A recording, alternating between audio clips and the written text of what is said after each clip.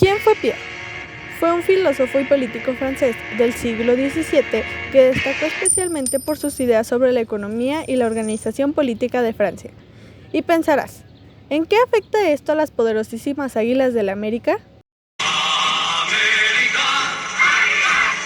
Pues es algo que debería de interesarnos a todos, ya que se considera uno de los padres del anarquismo. Pierre Joseph nació el 15 de enero de 1809 en Besançon, Francia, en el seno de una familia de artesanos y campesinos. En 1820, gracias a una beca y una pudo iniciar sus estudios en el colegio de Besançon, pero con la falta de recursos económicos no pudo terminar el bachillerato. A sus 19 años empezó a trabajar en una importante imprenta de su ciudad natal. Él ejercía el puesto de corrector mientras aprendía el arte de la tipografía.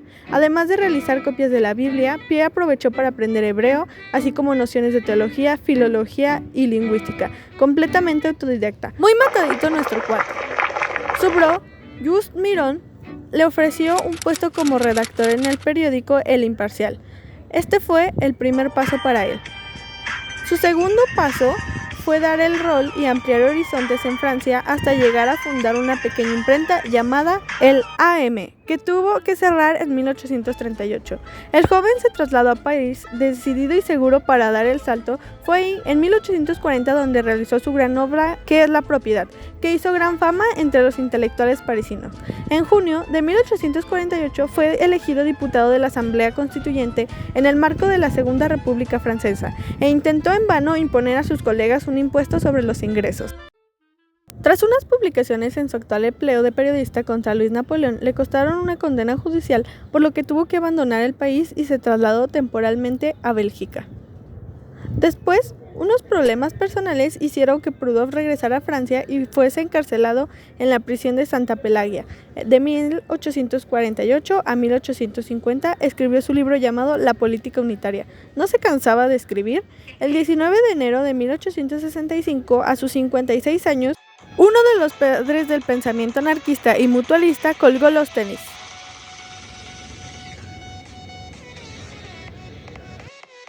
En 1875, exacto, eres un crack en aritmética, 10 años después de su muerte, se publicó otra de sus obras llamadas La pornocracia o las mujeres en los tiempos modernos, que explicaremos más adelante a continuación. La pornocracia o las mujeres en los tiempos modernos es un libro poco conocido de Pierre, donde expresa el ideal del papel de las mujeres en una sociedad francesa. Por ejemplo, Pierre dice que una mujer solo es amor y belleza y por naturaleza es miedosa y sumisa. ¿Quién lo diría?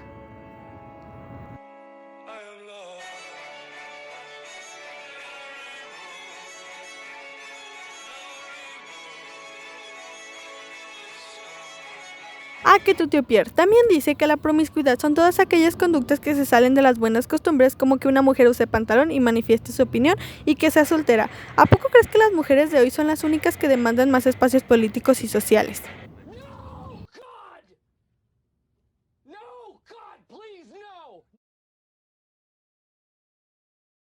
La sociedad francesa a mediados del siglo XVII tenía dos bloques, uno que pensaba que el mundo de la virilidad masculina, donde a la mujer se le atribuía la tarea doméstica de consumo, la belleza, y al hombre la fuerza, la productividad y la autoridad sobre la mujer.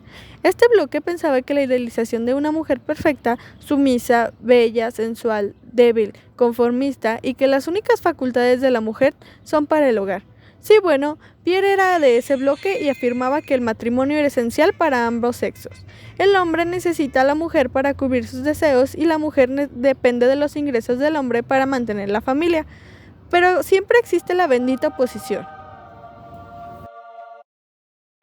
El segundo bloque está constituido en su mayoría por mujeres, que buscaba tener voz en una sociedad en donde solo la opinión del hombre tenía valor. Pierre afirmaba que esto simbolizaba el intento de la afeminación social.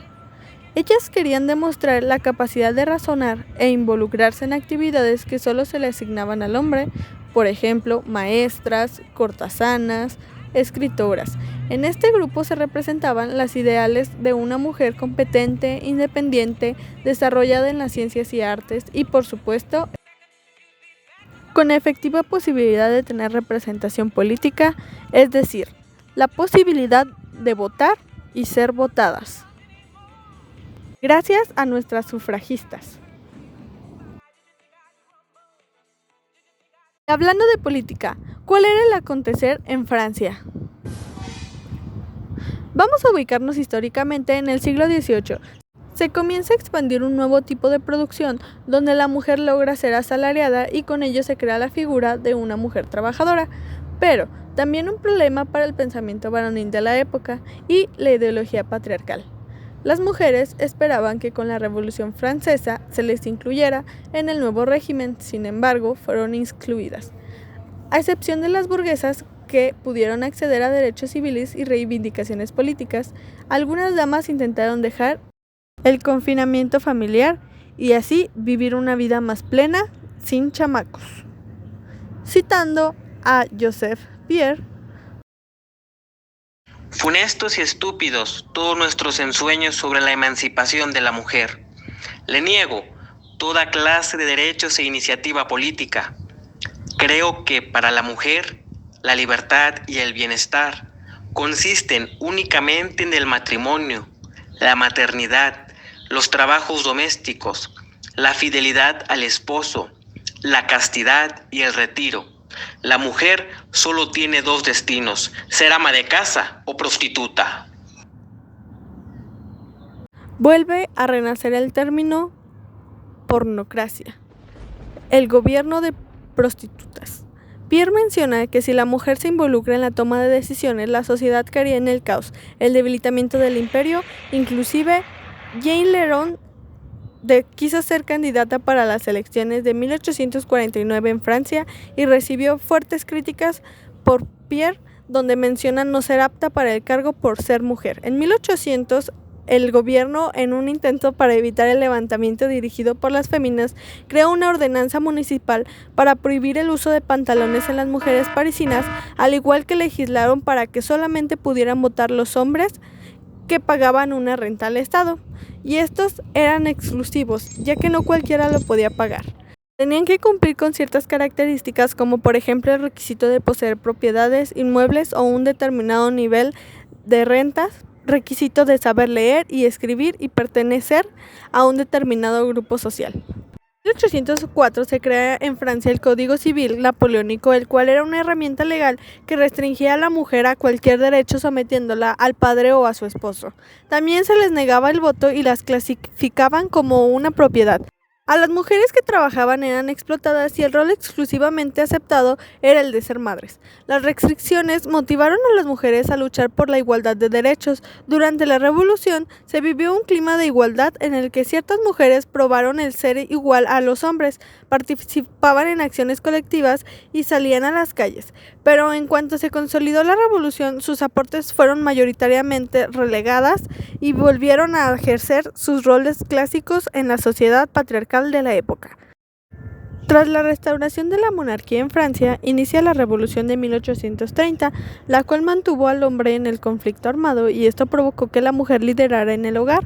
Su esfuerzo, responsabilidad y valentía demostró la capacidad para llevar al mando, lo cual los llevó a buscar el reconocimiento de la opinión femenina dentro de la toma de decisiones públicas y sociales, aunque la sociedad se encontraba en un debilitamiento notorio, donde la lucha central era la formación de un gobierno fuerte que causó una invisibilidad de la feminización.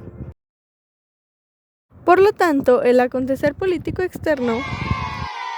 Gracias a la imprenta en Francia y el mundo, el movimiento comenzó a expandirse en otras naciones. Ahora las mujeres de otros países, como el caso de Inglaterra y Países Bajos, comenzaron a manifestarse para pedir el derecho al sufragio y la educación. Gracias a todos estos esfuerzos y sacrificios, hoy en día las mujeres contamos con más derechos, pero aún así falta mucho camino por recorrer. Si Pierre viera esto, ¿qué daría? Hasta aquí mi reporte, Joaquín.